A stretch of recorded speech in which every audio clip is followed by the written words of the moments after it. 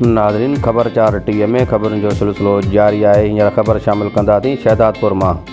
साजन जानी ॾेथो जी रिपोर्ट मुताबिक़ सदर सिंध बिरोई इत्तेहाद ज़िले सांगड़ जे नज़ीर अहमद बिरोई जे जनम ॾींहं जी तक़रीब शहदादपुर लॻ जटिया टाउन ज़मज़म होटल में मुनक़द कई वई, जंहिंमें नियाज़ जानी ॾेथो, इमाम बख्श पिंजारो, खलील जान बिरोई, तनवीर अख्तर आराई, सैयद एहसान शाह, मुनीर जान बिरोई, प्रकाश कुमार, मोहसन लाखो, नौजवान सहाफ़ी साजन जानी, मीर महताब जान, सलमान ज़रदारी ऐं ॿियनि दोस्तनि शिरकत कई। तक़रीब में सालगिरह जो केक काटियो वियो ऐं नज़ीर अहमद बिरोई खे अजरकनि जा तोहफ़ा ऐं मुबारकूं पिणु ॾिनियूं वयूं।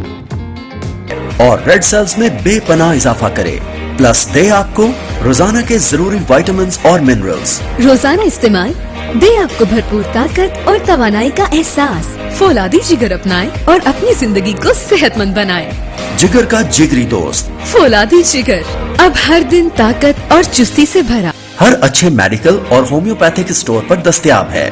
मजीद मालूमात के लिए Hussain homeopathic store, Lajpat road, Hyderabad.